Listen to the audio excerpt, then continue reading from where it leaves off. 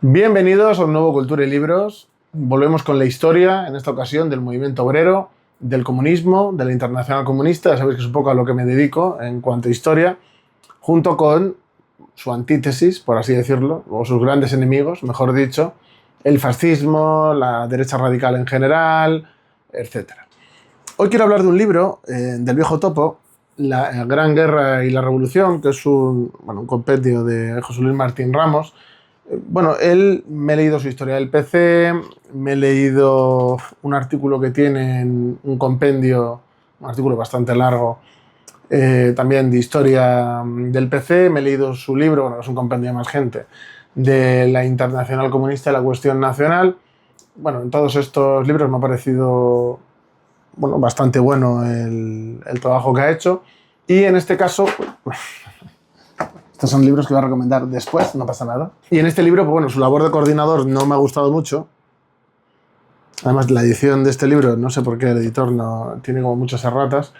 Lo digo porque sé que muchos de vosotros compráis los libros que recomiendo y luego cuando lo leáis no quiero que me digáis quién ha editado esto. Pues simplemente decir que aquí al viejo topo, que normalmente no es así, pero en este se le han escapado bastantes erratas.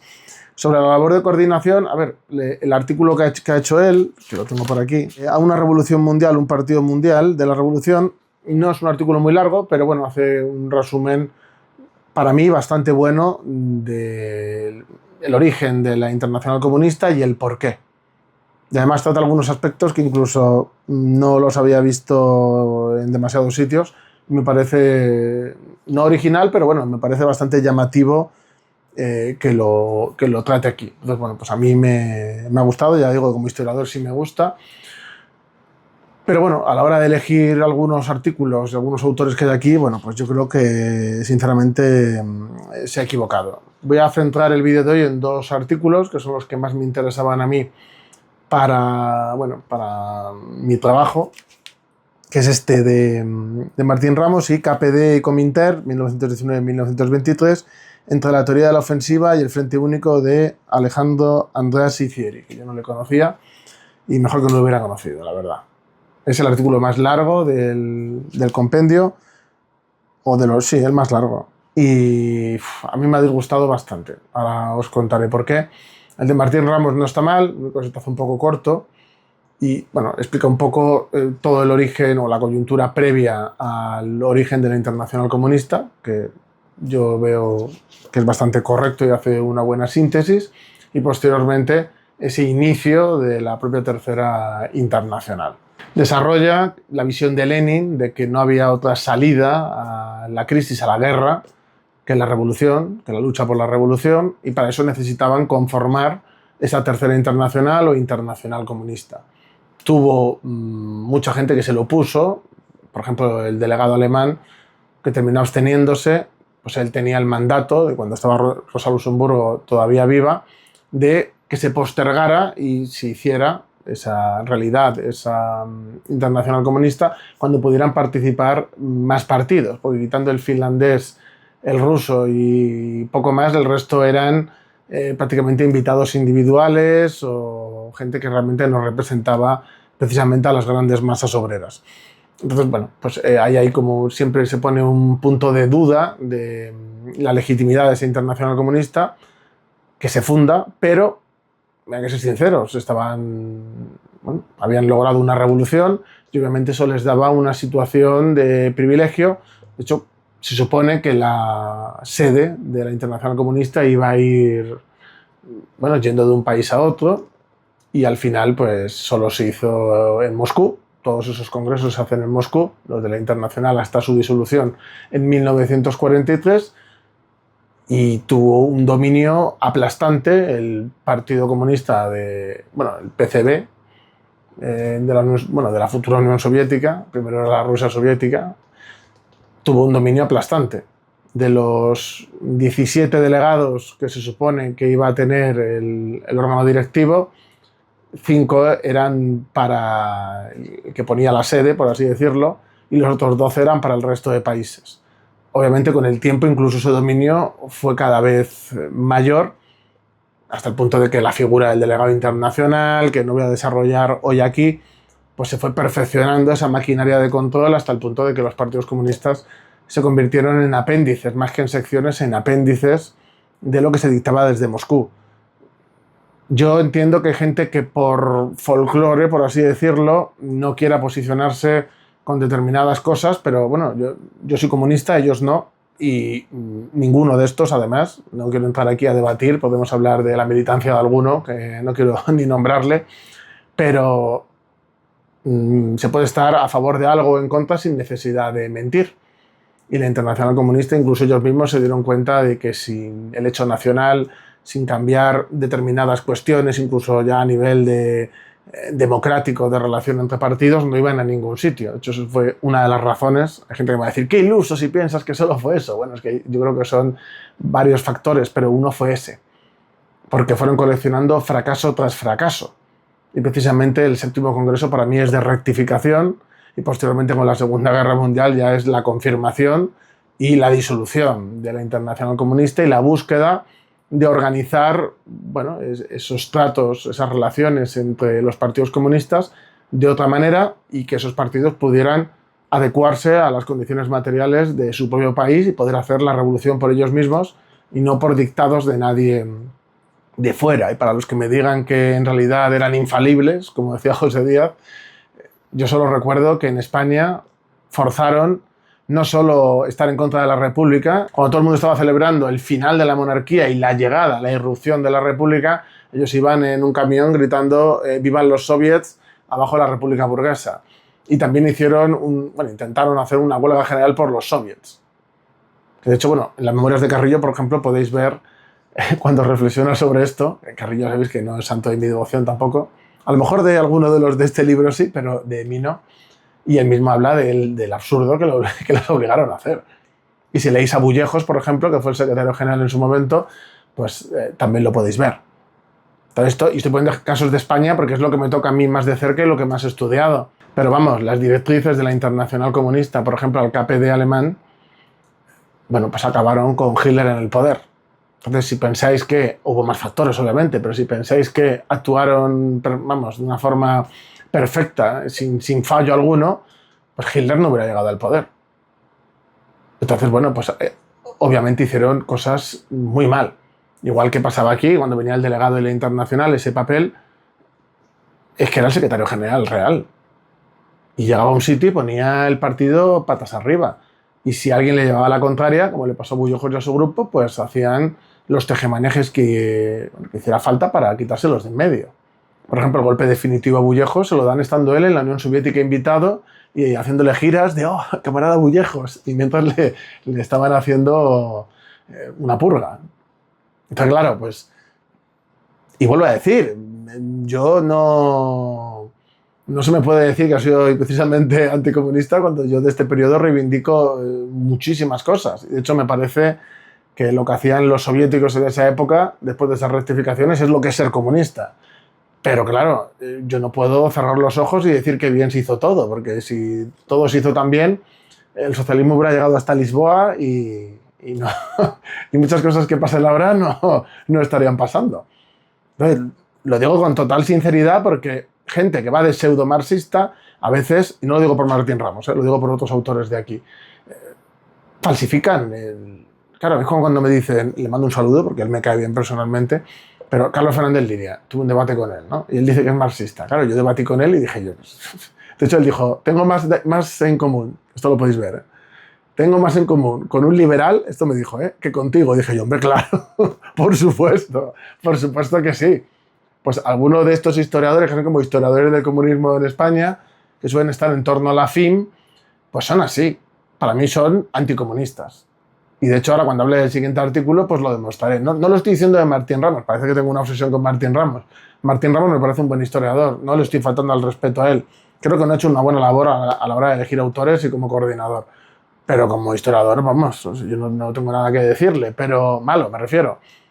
Pero yo tengo que decir las cosas que me parece que están mal. Y lo último del artículo de Martín Ramos muy interesante es que detalla la cuestión de cuando invaden la Rusia soviética para acabar con el comunismo, para acabar con los comunistas, con el socialismo, bueno, pues resulta que las tropas que vienen, Inglaterra y Francia, detalla como, bueno, que tienen que abandonar el conflicto porque, claro, sufrían motines y sabotajes. Y su propio ejército se sublevaba. Entonces, si realmente iban a una invasión total, por lo mismo terminaban teniendo un problema y efectivamente las fuerzas revolucionarias avanzarían en sus países. Entonces, claro, esto hay mucha gente que tiene una visión muy idealizada, tanto gente procomunista como gente muy anticomunista y como gente que no sabe nada de lo que ha pasado. Bueno, de lo que pasó en esa época, tiene una visión de los bolcheviques un tanto sesgada o ideologizada. Cuando vas a la historia tienes que intentar dejar las pulsiones aparte, cosa que alguno no hace. Pero yo lo que quiero decir con esto es que cuestiones como la de los motines demuestran que los comunistas no eran el hombre del saco, que en realidad tuvieron un golpe de suerte y todo el mundo les odiaba.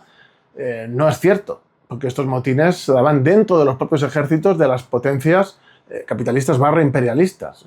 Potencias, no estamos hablando de un país capitalista pequeño, estamos hablando de Inglaterra y estamos hablando de Francia. El otro artículo del KPD y la Cominter justo es lo que más he estado trabajando para mi doctorado. Entonces, bueno, hay cosas que son interesantes, pero hay cosas que yo creo que rozan casi falsear la historia.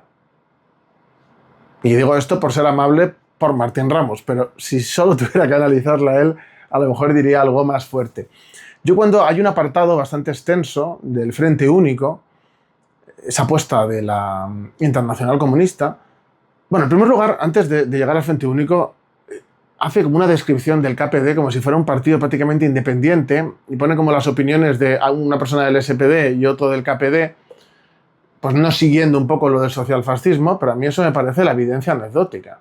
Si tú vas a los documentos de congresos, que hay informes sobre la situación en Alemania de la Internacional Comunista, del KPD, también en la revista La Internacional Comunista, lo tenéis en castellano si queréis verlo. Hay unos que se llaman Cuadernos Pasado y Presente, que eran, yo creo que eran trotskistas, sí, son trotskistas argentinos, que bueno, que escanearon, el escaneo lo hemos hecho otros, pero sacaron unos libros de compendios, en este caso de la Internacional, pero sacaron de muchas cosas distintas y de diversos autores. Pero bueno, hicieron un buen trabajo, ¿no? Aunque sean trotskistas, mira, si hacen algo bien, pues yo reconozco a cada uno lo suyo.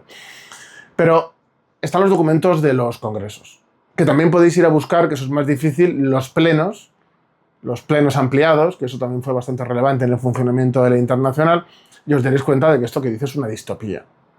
O sea, mismamente cuando venían a informar los alemanes, si vosotros después de leer esos documentos creéis que el KPD era algo independiente, vivís en una película. Tiene la poca vergüenza, por lo menos, de decir que a partir, según avanzaban los años 20 para el final, que iban teniendo un poquito menos de independencia. Y dije, por favor, ese proceso se dio en la Internacional a más control, obviamente, y terminaron estando totalmente controlados. Pero siempre estuvieron controlados porque siempre fueron una sección.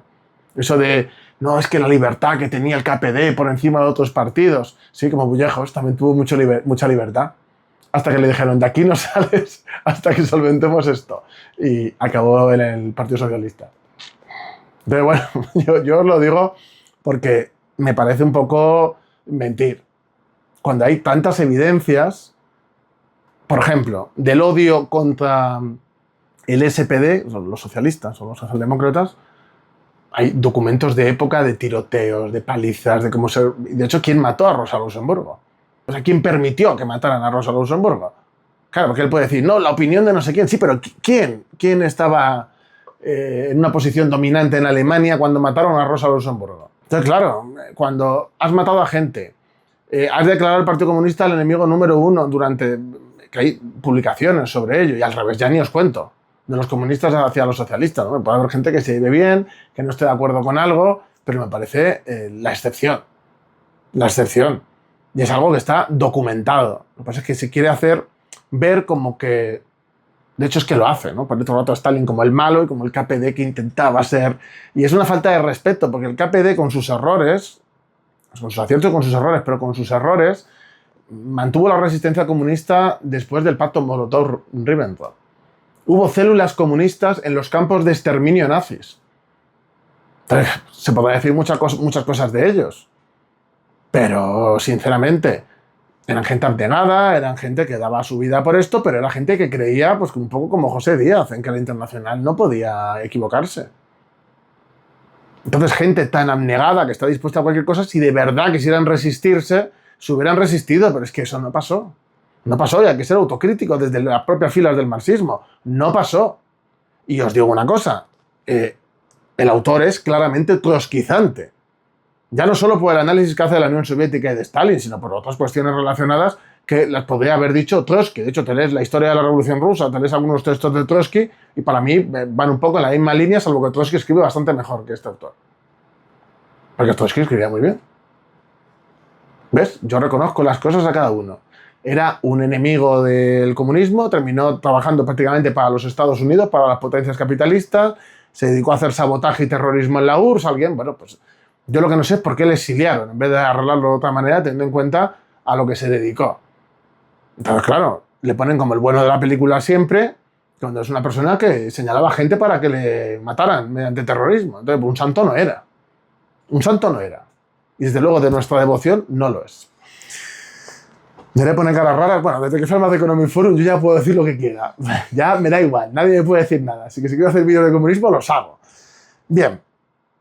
Más cuestiones sobre esto. El Frente Único. Vamos a ver. ¿Cómo puedes hacer un apartado bastante extenso del Frente Único? Y prácticamente no habla de que hay una apuesta, que es la del Frente Único por la base, y otra apuesta que es el Frente Único amplio, con los partidos enteros en atacar a los líderes del SPD, etc. En el caso de Alemania, pero sin atacar a los socialistas. Es decir, de verdad hacer una alianza, bueno, era para hacer la revolución, pero para parar al fascismo. Porque por eso cambian la táctica. Entonces hay rectificaciones, pero es que él no habla de eso. Habla de repente del Frente Popular. Es verdad que se puede hablar de Gramsci, poniendo la importancia en el hecho nacional, que teniendo en cuenta artículos como, solo para deciroslo, necesitamos un nuevo Zimmerwald, que fue lo que, bueno, implosionó Lenin, porque no valían para nada, se quedó solo con la parte que le convenía y fundó la Internacional, porque si de verdad Lenin hubiera querido apostar por una unión como la de Zimmerwald, hubiera seguido apostando por la unión de Zimmerwald. No hubiera montado la Internacional Comunista, pero bueno, a Tafalla no le parece lo mismo. Y luego dice, frente al nacionalismo rampante, o sea, el problema que tiene la clase obrera ahora mismo, ¿qué es? El nacionalismo rampante, que me gustaría a mí que me dijera qué es, o el pensamiento wow, el globalismo. ¿Cuál es el problema que tienen ahora mismo los obreros? ¿Cuál es el problema que tiene incluso el marxismo? ¿Qué ha infectado el marxismo y lo está destruyendo desde dentro como un cáncer? ¿El nacionalismo rampante o lo woke, el nuevo revisionismo? El revisionismo posmoderno. Claro, ellos no lo ven. ¿Por qué? Porque no se van a señalar a sí mismos. Pero claro, yo veo esto. Y de las guerras imperialistas actuales. Y luego hay gente de estos que en Rusia invade un territorio y le parece bien. Bueno, ¿dónde están las guerras imperialistas ahí? Está muy bien denunciar las de Estados Unidos, yo estoy de acuerdo, pero ¿y las de los demás? De hecho, voy a decir una cosa. ¿La guerra imperialista que denunció Lenin era de Estados Unidos o era de Rusia? Vaya, a lo mejor Lenin era bastante más valiente que esta gente. Bueno, ¿qué cosas tengo? De hecho, está Nerea grabando al lado y está fuerte lo que dices. Bueno, pues sí, tienes razón, Nerea. No se puede comparar. Diré una frase muy popular de mi abuelo, de comparaciones, pero no la voy a hacer porque me van a tachar mínimo de nacionalista rampante. Vale. Me parece un bochorno que hable del Frente Único y no haga autocrítica ni crítica de nada de lo que hicieron mal prácticamente. Y cuando critica algo, ¿sabéis a quién critica? A Stalin. Claro. No, sí, desde luego así venderán más, pero no sé a quién. Porque ¿a quién le interesa la historia de la Revolución Rusa y de la Internacional Comunista? Pues no sé. A gente que vota Podemos yo creo que no. Yo creo que están mal enfocados. Bueno, es que de los artículos de Tafalla no me quiero ni meter. No me quiero ni meter porque me voy a meter en un problema al final. Pero vamos, este libro me costó, bueno, no pone el precio, pero me costó como 20 euros. A ver, yo compro muchos libros, pero a mí me ha dolido un poco. Me ha dolido un poco pagar 20 euros porque yo me lo imaginaba de otra manera. O sea, yo para ver a una persona, que es el artículo más largo, es que es casi la mitad del libro, para mí, rozar la línea del falsamiento histórico, que yo creo que se ha metido hasta la cocina en retorcer las cosas para... No para defender al comunismo, para mí, pues yo leo esto y digo, este tío comunista no es, de luego. Y bueno, el enfoque como de clase, me gustaría a mí ver qué enfoque tiene ahí, cuando el KPD, no sé. A mí yo leo esto y no veo realmente cómo era el KPD, cómo era de verdad, me refiero. E invito a la gente que lean los informes de la propia gente del KPD que mandaban a la internacional. Entonces, pues a mí me ha decepcionado bastante. Porque vuelvo a decirlo, esto va de la página 115 a la 181, o sea, es que es lo más largo, con diferencia. Pues son 5 artículos, ¿eh? Entonces, bueno, a mí la verdad es que si lo llegas a ver no me compro el libro. Porque hay muchos libros que hablan de la Internacional Comunista, de autores consolidados y que creo que realmente aportan. Yo creo que Martín Ramos sí lo hace, pero creo que va un poco mal acompañado. Por lo menos de algunos, no de todos, no voy a criticar a todo el mundo, pero de algunos sí. Quiero recomendar, los voy a enseñar, porque a ver, yo voy a ser sincero, yo los tengo, mirad, es lo que tiene, bueno, pues no conseguirlos en castellano, en físico, porque no lo hay, pero por ejemplo este, me parece buenísimo. E.H. Carr, El ocaso de la Cominter, 1930-1935. Que ahí se ve mucho lo de la rectificación que digo, etc. Ese es un libro que recomiendo. Yo lo tengo en PDF, chicos. Yo no lo he podido conseguir en físico aún. Y luego os quiero recomendar también la Cominter y la Guerra Civil Española, por el tema de que nos toca más de cerca. Y luego para la Revolución Rusa tiene muchos libros a checar. De hecho, hay 3 que son como los de la Revolución Bolchevique en sí, pero este es como el resumen de esos 3, por así decirlo, y es más sencillo para alguien profano en este tema, que es la Revolución Rusa de H.K. de Lenin-Stalin, 1917-1929. Este está en todas las tiendas de segunda mano. Este por 3 euros lo compras en cualquier sitio. Una edición casi que es como roja. Yo habré regalado 20 libros. Es un historiador que no es marxista, pero yo considero que sí busca aproximarse al hecho, ser objetivo, y además tiene un trabajo de fuentes increíble. Así que yo os recomiendo estos 3 que os he dicho, de H. Carr, que es mi historiador favorito con el tema de la Revolución Rusa, la Internacional, etc. De Martín Ramos sí que recomiendo libros suyos. Su historia del PC me parece muy buena, por poner un ejemplo. Este artículo me parece bueno, me parece muy buen artículo, pero 20 euros solo por ese artículo y el resto, estar así, me duele el estómago. Pues yo lo siento, pero no... Si pudiera dar marcha atrás, no lo pagaría. Así que, bueno, sé que este vídeo a lo mejor no se ve mucho, seguramente se lo pasen a... Porque yo cuando hablo de alguien, le llega a esa persona. Entonces, bueno, me odiarán a muerte, pero seguramente ya me odiarían de antes, sería exactamente igual. Yo simplemente, en mi comunidad hay mucha gente que le interesa este tema, hay mucha gente comunista también, y bueno, pues yo tengo que ser sincero, tengo que decir lo que pienso, y si un libro no es recomendable, pues explico el porqué y ya está. Sé que me he metido solo a hablar un poco más en profundidad de 2 artículos de los 5, pero es que como me ponga con los otros, quitando un poco el de Zimmerwald, creedme que no iba a mejorar la simpatía hacia el libro del que me vea. Así que bueno, espero que os haya gustado y si queréis que siga haciendo este tipo de vídeos, decídmelo, porque sé que se ven menos, pero si veo que gusta a mi comunidad más cercana, pues bueno, pues los voy a hacer igual. Así que bueno, un abrazo y dentro de nada tenéis nuevo vídeo.